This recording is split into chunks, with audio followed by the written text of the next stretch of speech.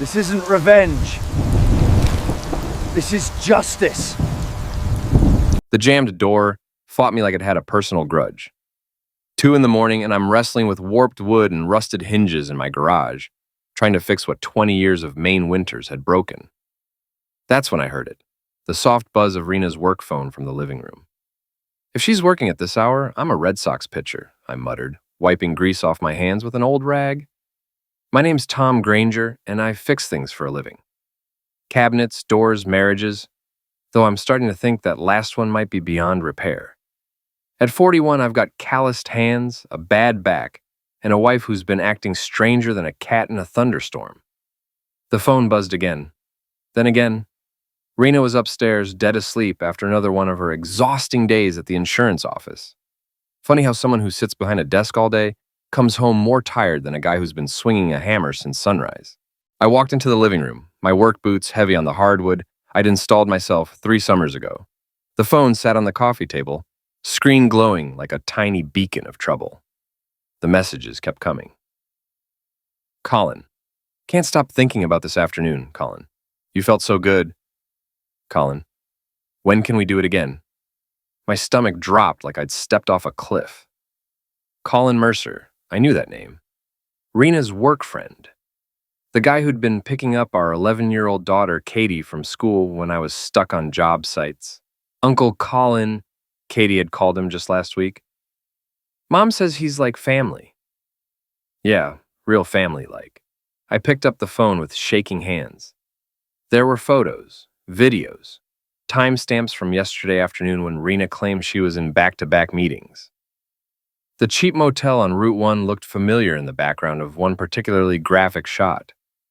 My wife of 15 years, my high school sweetheart, the mother of my child, giggling like a teenager while some ex-jock real estate agent put his hands where only I was supposed to touch. The phone slipped from my fingers, clattering onto the coffee table. Upstairs, Rena stirred but didn't wake. She'd always been a heavy sleeper. Came in handy when Katie had nightmares as a toddler. Apparently, it also came in handy when you were cheating on your husband. I stood there in my own living room, surrounded by furniture I'd built and walls I'd painted, feeling like a stranger in my own life. The grandfather clock in the corner, a wedding gift from my grandmother, ticked away the seconds of my marriage's end. 23 years I'd known Rena Sullivan, 15 married, 1 beautiful daughter, a house we'd bought as newlyweds and slowly made into a home. And she was throwing it all away for Colin Mercer, a guy who sold overpriced condos to out-of-state retirees and still wore his high school championship ring. I pocketed the phone and headed back to the garage, but I wasn't thinking about fixing doors anymore. I was thinking about fixing the situation. Permanently. The tools hanging on my pegboard looked different now, not like instruments of creation, but weapons of justice. My grandfather's old claw hammer caught the overhead light, its worn handle smooth from decades of honest work. But this wasn't about violence. This was about strategy, about patience, about making sure that when the dust settled, I'd be the one left standing. I pulled out a notebook from my workbench drawer and started writing. Names, dates, times, evidence. If Rena wanted to play games, she'd pick the wrong opponent. I might just be a carpenter, but I knew how to plan a project from foundation to finish. And this project was going to be my masterpiece. 3 days later, I was sitting across from Elliot Hatch in his cramped office above Murphy's Tavern. The place smelled like cigarettes and disappointment, which seemed about right for a private investigator in a dying Maine town. You want dirt? You gotta dig in the mud, pal, Elliot said, leaning back in his squeaky chair.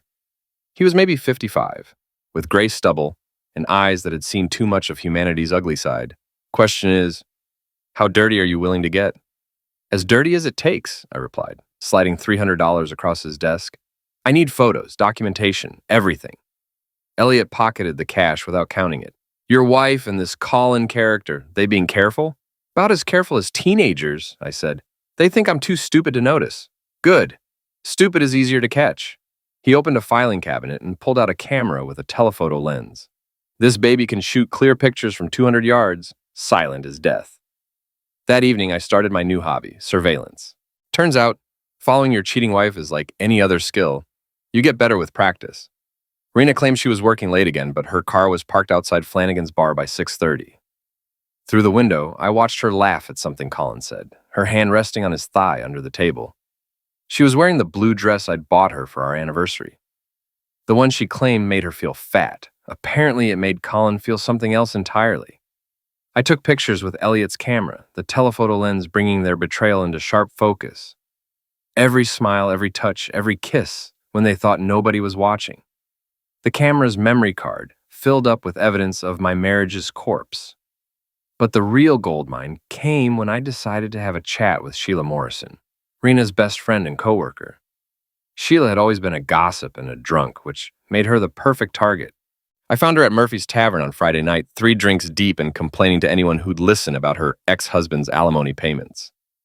"Tom," she slurred when she saw me, "where's your better half tonight?" "Working late again?" I said, sliding onto the bar stool next to her. "You know how dedicated she is." Sheila snorted. "Dedicated. That's one word for it." I bought her another whiskey and waited.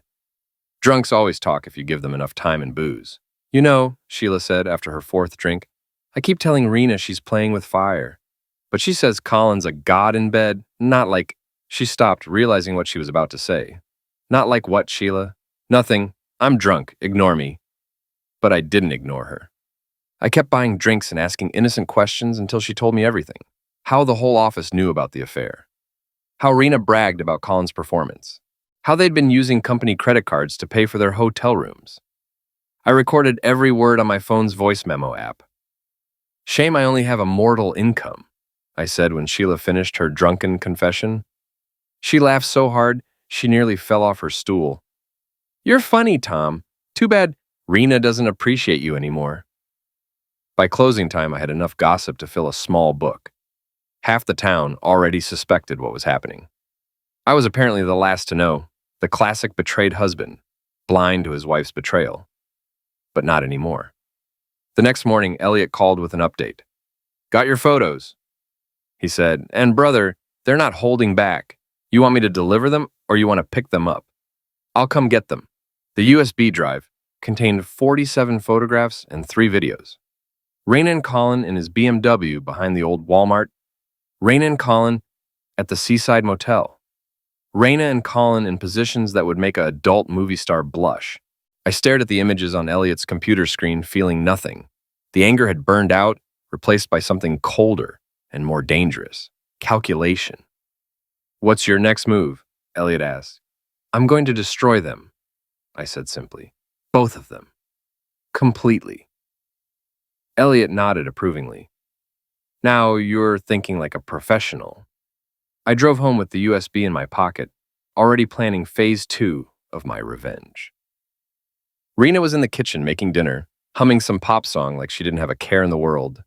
"How was work today?" I asked, kissing her cheek like a dutiful husband. "Oh, same old boring meetings," she lied smoothly. "How about you?" "Just fixing things," I said. "You know me, I love fixing broken things." She smiled and went back to stirring her pasta sauce, completely unaware that I was about to fix the biggest broken thing in my life, our marriage. My Aunt Linda had always been the black sheep of the Granger family. Divorced 3 times, no kids, and a mouth that could strip paint. But she'd also been a legal clerk for 30 years before retiring, which made her exactly the ally I needed. "You want to hurt her? Hit her where it counts? Her future," Linda said, spreading documents across her kitchen table like battle plans. At 68, she was sharp as a tack and twice as mean. "I don't want to just hurt her," I said. "I want to make sure Katie and I are protected." Linda adjusted her reading glasses and pulled out a thick folder. "Smart boy. Here's what we're going to do. First, we're moving your assets into accounts she can't touch. The house goes into a trust with Katie as the beneficiary. Your business accounts get restructured. And this," she held up a legal document, "this is a post-nuptial agreement. If she signs it, she gets to keep her dignity. If she doesn't, the photos go public. She'll never sign. She will when she sees what happens if she doesn't." We spent the next 3 hours going through paperwork. Linda had connections at the bank, the courthouse, and half the law offices in town. By the time I left, Rena's ability to financially destroy me had been neutered. But I wasn't done yet. That night, I followed Colin to Murphy's Tavern. It was raining, one of those cold October downpours that made everything look gray and miserable. Perfect weather for what I had planned. Colin was drunk, celebrating some real estate deal with his buddies from the gym. They were loud, obnoxious, and completely unaware that I was watching from a corner booth. "Rena Granger," one of them said, raising his beer. "Lucky fool, Colin. She's a hot piece of A. And flexible," Colin replied with a laugh. "Her husband's a damn moron. Works with his hands all day while I work on his wife." They all laughed. I took out my phone and started recording. "Poor fool probably thinks she's working late," another guy said. "She is working," Colin said. "Working my—" I didn't need to hear the rest. I had enough. I followed Colin when he left the bar, staying 2 cars behind as he drove through the rain-slicked streets.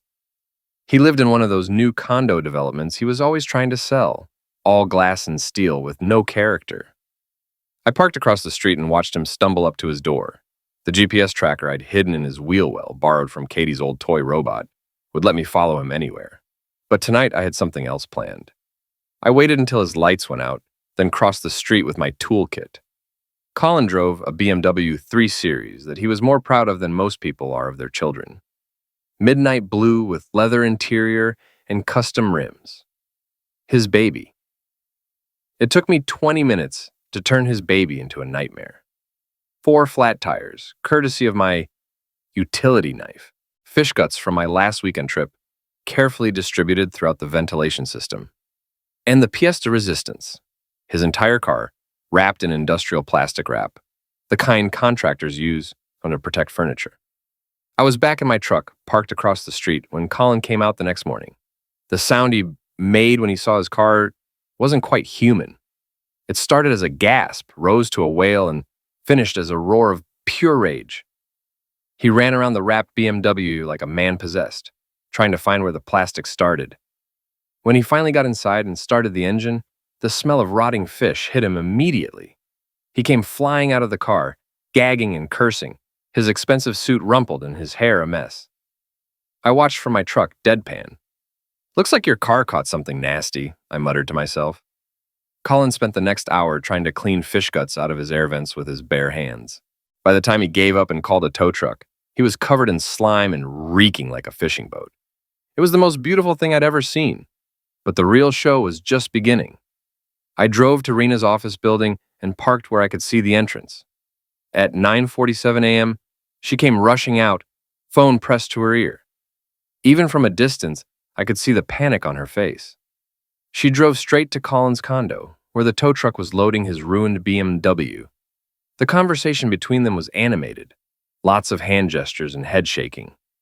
Rena kept looking around like she expected someone to be watching. She was right. I took pictures of everything. Rena comforting Colin, Colin pointing at his car, the tow truck driver shaking his head in disgust. It was better than cable television. That evening, Rena came home distracted and jumpy. She kept checking her phone and looking out the windows. "Everything okay?" I asked innocently. "Fine," she snapped. "Just a stressful day at work. Anything I can help with?" She looked at me for a long moment, like she was trying to decide something. "No, it's nothing you'd understand." I nodded sympathetically. "Well, if you need to talk, I'm here. That's what husbands are for, right?" The irony was so thick you could cut it with a knife. The bombshell arrived on a Tuesday morning in the form of my estranged brother Sam and a woman I'd hoped never to see again. I was having coffee in my kitchen when the doorbell rang. Through the window, I saw Sam's beat-up Chevy in my driveway, and my stomach clenched. We hadn't spoken in 5 years, not since he'd stolen my girlfriend Jessica and disappeared to Boston. But it wasn't just Sam standing on my porch. Jessica was there too, looking older, but still beautiful, with a teenage boy beside her, who had my eyes and Sam's stubborn chin. "Hello, Tom," Sam said when I opened the door. "We need to talk." About what? But I already knew. The kid was maybe 16, with dark hair and a familiar way of standing with his hands in his pockets. "About your son," Jessica said quietly. The world tilted sideways. "My what?" "This is Danny," she continued. "He's 16. Do the math." I did the math. 16 years ago, Jessica and I had been together. We'd broken up when I caught her with Sam, and she disappeared shortly after. I'd met Rena 6 months later on the rebound. "You're telling me I have a son I never knew about?" "We need money," Sam said bluntly. "Danny's sick, leukemia. The treatments are expensive. And you thought you'd come shake down the successful brother? I asked. You're the only family we have left, Jessica said. Please, Tom. He's your blood. I looked at the kid, Danny, who hadn't said a word. He was staring at me with a mixture of curiosity and resentment, like he wasn't sure if he wanted a father or just wanted to punch me. Come inside, I said finally. That's when Rena walked into the kitchen, fresh from her morning shower, and saw 3 strangers sitting at our table. Tom, who are these people? Rena, meet my brother Sam, and Jessica, and apparently my son Danny. If I'd thrown a grenade into the room, the explosion couldn't have been more dramatic. Rena went white, then red, then started screaming. Your son? Your son? How long have you been lying to me? I wasn't lying, I said. I didn't know. Bees! You've been hiding this from me for 16 years. Actually, Sam interrupted, we've been hiding it from him. That didn't help. Rena turned her fury on Sam and Jessica, calling them every name in the book, while Danny sat there looking like he wanted to disappear. The argument went on for an hour. Rena accused me of cheating, lying, and God knows what else. She threatened to take Katie and leave. She said she couldn't trust me anymore. The irony was so thick it was choking me. Finally, I'd had enough. You want to talk about trust? I said quietly. Let's talk about Colin Mercer. Rena froze like I'd slapped her. That's right, I continued. I know about your little afternoon adventures. I know about the hotels, the lies, the whole thing. I don't know what you're talking about, she said, but her voice was shaking. Sure you don't. I pulled out my phone and played Sheila's drunken confession. Rena's face went from red to gray as she heard her best friend spilling every detail of the affair. Sam whistled low. Damn, brother. Your wife's got some balls. Shut up, Sam, I snapped. Jessica was staring at Rena with disgust. You're cheating on him after everything he's done for you? You don't know anything about our marriage, Rena said weakly. I know enough, Jessica replied. I know he's a good man who deserves better. Coming from the woman who'd broken my heart, that meant something. The confrontation ended with Rena storming out, threatening lawyers and custody battles. Sam, Jessica, and Danny left an hour later with a promise to return with DNA test results and medical records. I sat alone in my kitchen, surrounded by the wreckage of my carefully planned revenge. Everything was happening too fast, spinning out of control. But maybe that was okay. Maybe chaos was exactly what I needed. I called Elliot and told him about the morning's events. Interesting, he said. This could work in your favor. Your wife's been caught cheating, and now she looks like the bad guy for attacking you over a son you never knew existed. What about the DNA test? We'll cross that bridge when we come to it. But, Tom, I'd verify everything your brother's telling you. In my experience, family is usually the first to screw you. He was right to be suspicious. When the DNA results came back 3 days later, they showed what I'd already started to suspect. Danny wasn't my son. The dates were wrong, the timeline didn't match, and the lab that did the test had a reputation for creative results if you paid enough. Sam and Jessica had tried to con me, using a sick kid and my guilt over our broken relationship. It was low, even for Sam. But their timing had been perfect.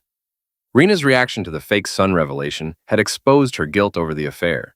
She'd been so busy attacking me for lying that she'd forgotten to hide her own lies. Sometimes the best revenge comes from your enemy's mistakes. I had Elliot document everything, the fake DNA test, Sam's con game, Rena's overreaction. It all went into my growing file of evidence. The trap was almost ready to spring. The abandoned Northgate Mall had been dying for 10 years, but it still made the perfect location for what I had planned. Plenty of parking, multiple exits, and enough acoustic echo to make sure everyone could hear what was coming. I'd been tracking Rena and Colin's movements for weeks. They had a pattern: Tuesday evenings at the Seaside Motel, Thursday lunch at Flanagan's, and Saturday morning business meetings at Colin's condo. But tonight was special. Tonight they were meeting Sheila and Colin's business partner to discuss some kind of investment opportunity. I knew this because I'd been reading Rena's texts for a week. Turns out, when you fix computers as a side business, learning to clone phones isn't that hard. The meeting was set for 7 p.m. in the old food court. They thought they were alone, just 4 conspirators planning their next move. They had no idea they were walking into an ambush. I arrived early and set up in the old Radio Shack, where I had a clear view of the food court through the security gate. Elliot was positioned near the old Sears entrance with his camera. My Aunt Linda was in the parking lot with her car running, our getaway driver and witness. At exactly 7 p.m. they arrived. Rena looked nervous, constantly checking her phone. Colin was his usual cocky self, strutting around like he owned the place. Sheila was drunk already, stumbling and giggling. The fourth person was someone I didn't recognize, a thin man in an expensive suit who screamed, "Out-of-town money." They sat at one of the old McDonald's tables and spread out papers. From my hiding spot, I could hear every word echoing off the empty walls. "The insurance money will cover the initial investment," Rena was saying. "Tom's too stupid to notice if I move funds around." "What about the divorce?" Colin asked. "I'll take him for everything. The house, the business, custody of Katie. He won't know what hit him." The stranger, apparently Colin's investor, nodded approvingly. "And you're sure he doesn't suspect anything?" "Please," Rena laughed. "He's a carpenter. He thinks I'm working late when I'm screwing Colin in hotel rooms. The man's an idiot." That was my cue. I stepped out of the Radio Shack and walked into the food court, my footsteps echoing like gunshots.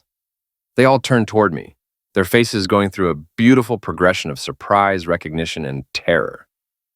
"Hello, honey," I said to Rena. "Working late again?" Colin started to stand, but I held up my hand. "Sit down, Colin. We're all going to have a nice chat." "Tom," Rena stammered, "this isn't what it looks like." "Really?" "Because it looks like my wife is planning to steal my money, destroy my business, and take my daughter while screwing her way through the local real estate market." Sheila giggled nervously. The stranger looked like he wanted to run. "You see," I continued, pulling out my phone, "I've been documenting your little affair for weeks. Photos, videos, audio recordings. I even have Sheila here admitting that you've been bragging about Colin's bedroom skills to half the office." I played the recording from Murphy's Tavern. Sheila's drunken voice filled the empty mall, describing Rena's sexual adventures in graphic detail. "I also have recordings of you planning to defraud me, forge documents, and commit perjury in divorce court. That's not just infidelity, folks. That's criminal conspiracy." Colin finally found his voice. "You can't prove anything." "Actually, I can." I gestured toward the old Sears entrance where Elliot stepped into view, camera in hand. "Say hello to Elliot Hatch, licensed private investigator. He's been documenting your activities for the past month." "And hello to Linda Granger," I continued as my aunt appeared from another entrance. "Retired legal clerk and notary public. She's here to witness your confessions." They were trapped, surrounded, with nowhere to run and no way to deny what they'd been caught planning. "Here's what's going to happen," I said, sitting down at their table like I'd been invited to their little meeting. "Rena, you're going to sign divorce papers that give me full custody of Katie and leave you with exactly nothing.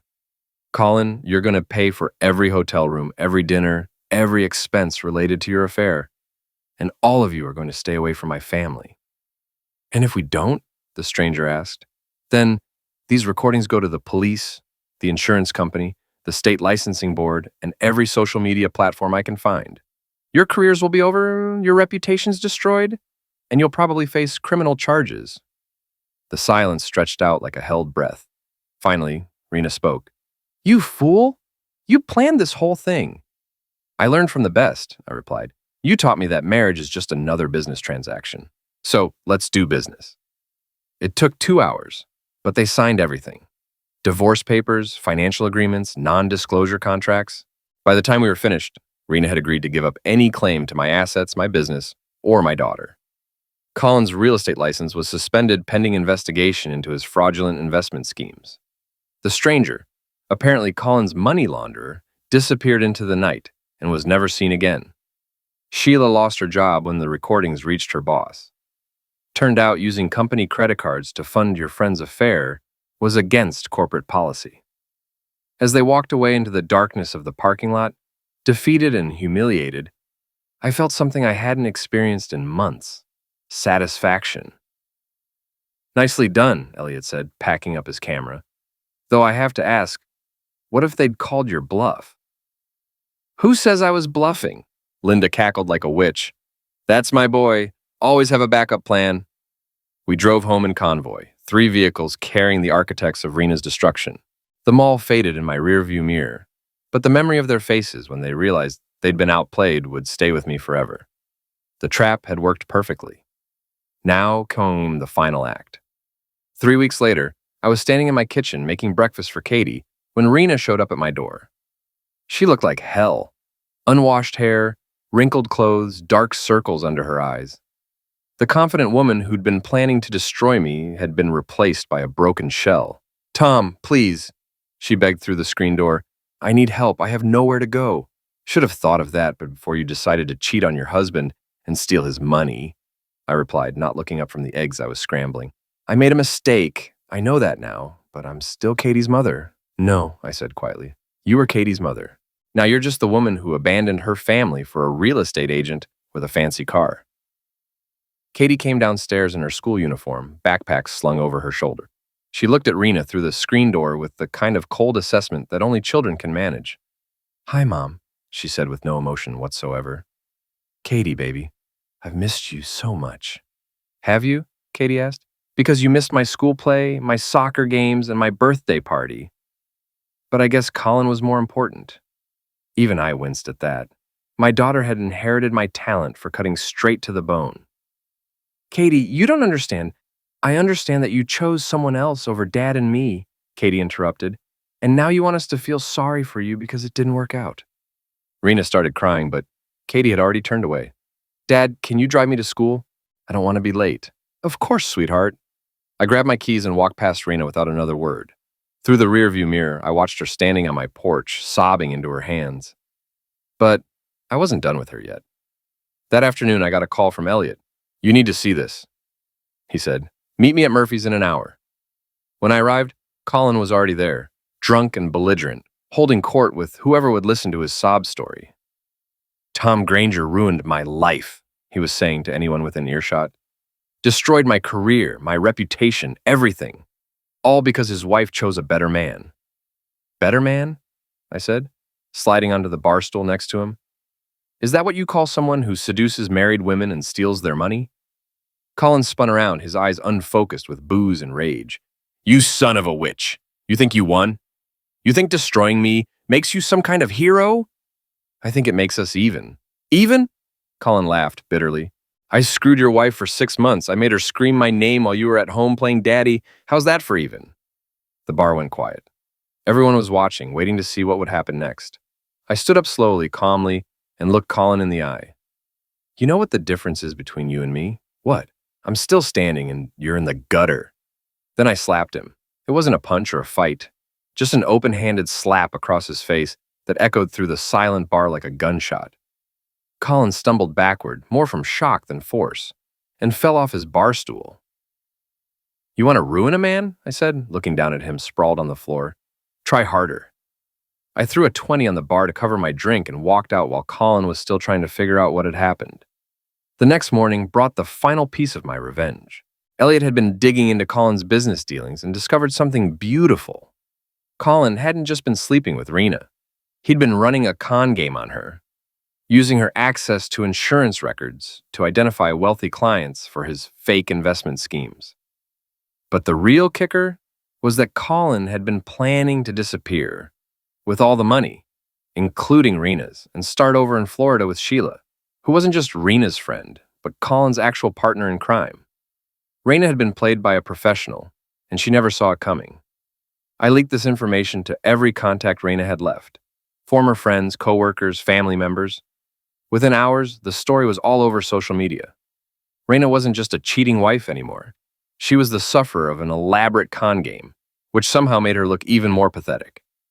The final humiliation came when Colin and Sheila were arrested trying to board a plane to Miami with 2 suitcases full of cash. Turns out, stealing money from insurance companies is a federal crime. I was in my workshop that evening, actually fixing a door for once, when Katie came out to find me. "Dad, are you okay?" "I'm fine, sweetheart. Why?" "Because Mom came by school today. She wanted to talk to me, but the principal wouldn't let her on campus without permission." I put down my tools and gave Katie my full attention. "What did she want?" "She wanted me to ask you to forgive her. She said she made a mistake and wants to come home." "What did you tell her?" Katie was quiet for a long moment. "I told her that home is where people love you and take care of you and don't lie to you, and that she chose not to live here anymore." I hugged my daughter, this amazing little person who understood loyalty and consequences better than most adults. "I'm proud of you," I said. "I'm proud of you too, Dad. You could have been mean to Mom, but you just made her face the truth." That night, I sat on my porch with a beer, looking out at the neighborhood I'd helped build, house after house, filled with families I'd done work for, people who respected me and trusted me to fix what was broken in their lives. Raina drove by twice, slowing down like she wanted to stop, but she never did. Maybe she finally understood that some things, once broken, can't be fixed. Some nails, once pulled out, leave holes that never quite close. The last I heard, she'd moved back in with her mother in Portland and was working as a clerk at a grocery store. Colin got 3 years for fraud. Sheila got 2 years and a lifetime ban from working in insurance. As for me, I kept fixing things. Doors, cabinets, lives. It's what I do best. But I never had to fix another broken marriage. Turns out, when you get it right the second time, it stays fixed. Katie and I are doing fine. Better than fine, actually. We've got our routines, our inside jokes, our Saturday morning pancake breakfasts. She's growing up strong and smart and completely unimpressed by people who make excuses for bad behavior. Sometimes, late at night, I think about Rena and wonder if she ever figured out that I wasn't the one who destroyed our marriage. I just refuse to let her destroy me. There's a difference. The grandfather clock in the living room still ticks away the seconds, but now it's counting time in a house filled with honesty instead of lies. The tools in my workshop still hang on their pegboard, but they're back to building instead of plotting. And every morning when I wake up, I remember what it feels like to be respected instead of betrayed. Some people might call what I did revenge. I call it justice. I call it standing up for myself and my daughter. I call it refusing to be the sufferer in someone else's selfish story. Raina wanted to see me as a joke, a fool, a man too stupid to notice his wife's betrayal. Instead, she learned that underestimating a man who knows how to plan, how to be patient, and how to use the right tools for the job is the biggest mistake you can make. I watched them all scatter like rats when the lights came on, hunted, humiliated, and completely defeated. For the first time in months, I didn't feel like prey. I felt like the hunter.